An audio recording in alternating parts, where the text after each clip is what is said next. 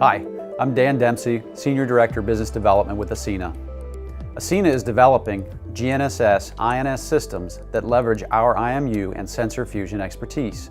We have the INS1000 available today, which offers very high performance with 2 centimeter level accuracy. It has a dual band, dual antenna receiver, which covers all major global constellations and has over 400 channels to get the most reliable signal. The INS1000 uses ACEINNA's advanced IMU solution inside, so when driving through a GNSS challenged environment like tunnels and urban canyons, the position is still sensed and reported to the vehicle. The performance of the INS1000 system is far more robust than its standalone GNSS receiver, which can frequently drop signals. It is also more accurate than systems cobbled together with discrete, low-cost MEMS gyros that suffer from poor temperature drift due to a lack of factory calibration.